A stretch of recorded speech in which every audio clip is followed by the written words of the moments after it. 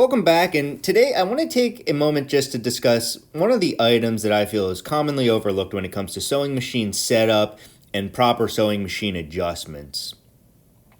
Now, one of the things that I found out right away when I began working in upholstery and starting off as a hobby with sewing machines especially was how sensitive they are to the proper setup and how minor variations in thread tension, different materials, those items can have a big difference on how the sewing machine operates and how each machine has to be tuned continuously as we change different threads and fabrics and materials. In my personal experience, one of the biggest barriers to entry into upholstery is a lot of people are intimidated by sewing machines, and I myself was included in that. Each time I tried to sew a different fabric, it can be discouraging if you're not getting good stitches, and then you think you have to adjust something, but you don't know where to start. And then, not just that, but taking a machine to the shop is quite expensive. It adds up really quick, and it's also hard to find a reputable service center to work on these machines. So at the end of the day, if you're going to be in upholstery, it's best that you learn how to work on these machines yourself, set them up, and get comfortable with their operation.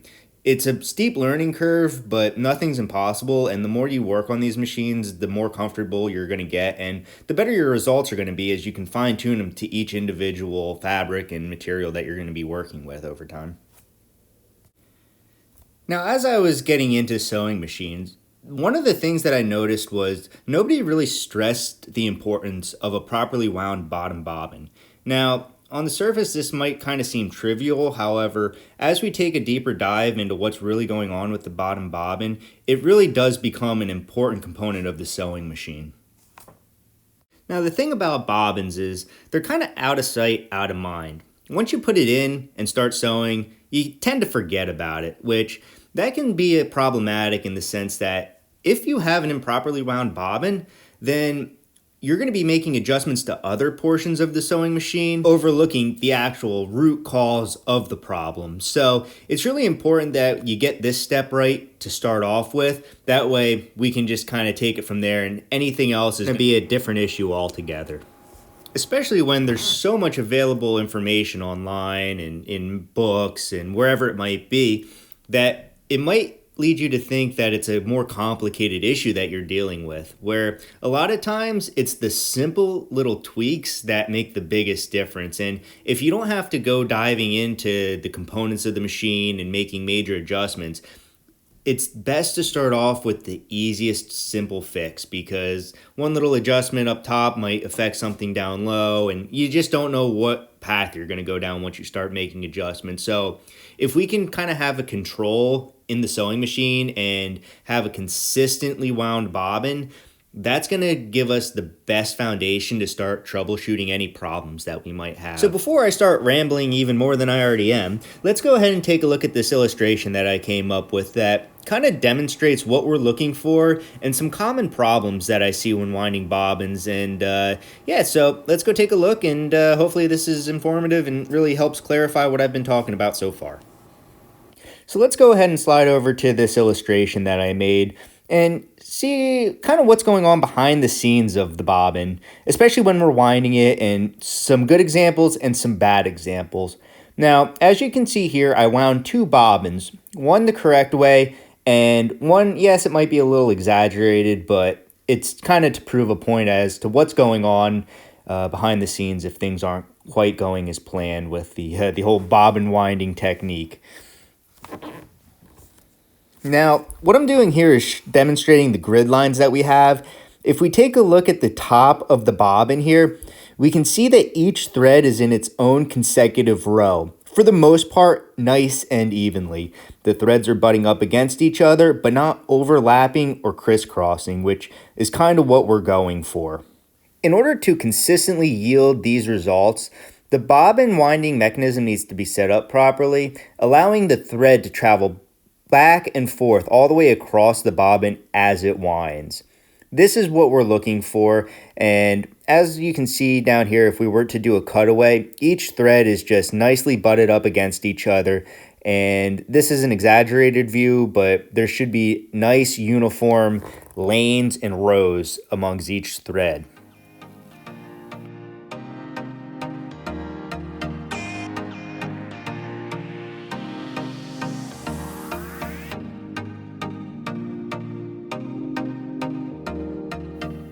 Coming over and taking a look at my illustration of an improperly wound bobbin, the first thing that I tend to notice is the fact that the bobbin itself is wound on an angle or a slant.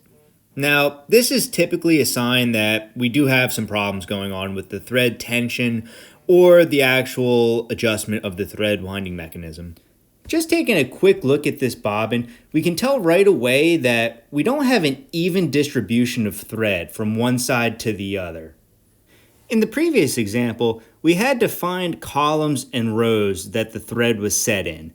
In this example, though, there no longer is any uniformity between the rows and the columns, and everything kind of gets jumbled together. Taking one last look at the bottom of this bobbin, all we're going to see here is how the threads overlap each other. When you're winding a bobbin, you really don't want this to happen. If the threads overlap each other, it kind of locks the lower threads into place, creating areas of extreme tension. We don't want this. This is just one more look back at what it's supposed to kind of resemble.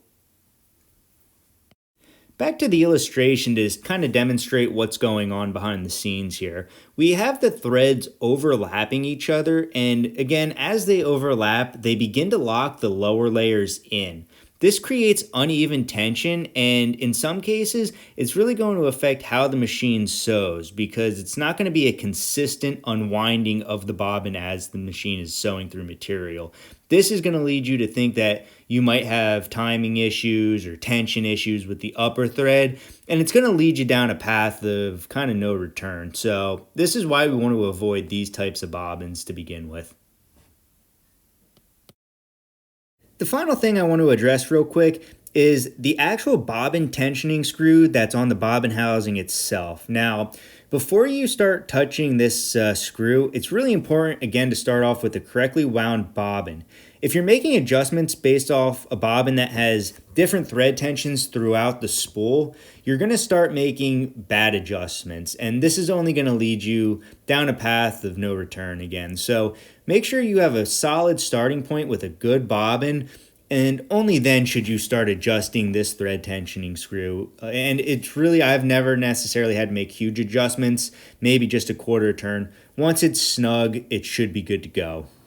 And again, everyone, thanks for watching. I hope you were able to find some of this content useful, and if there's anything else you'd like to see, let me know. In the meantime, enjoy some slow motion footage.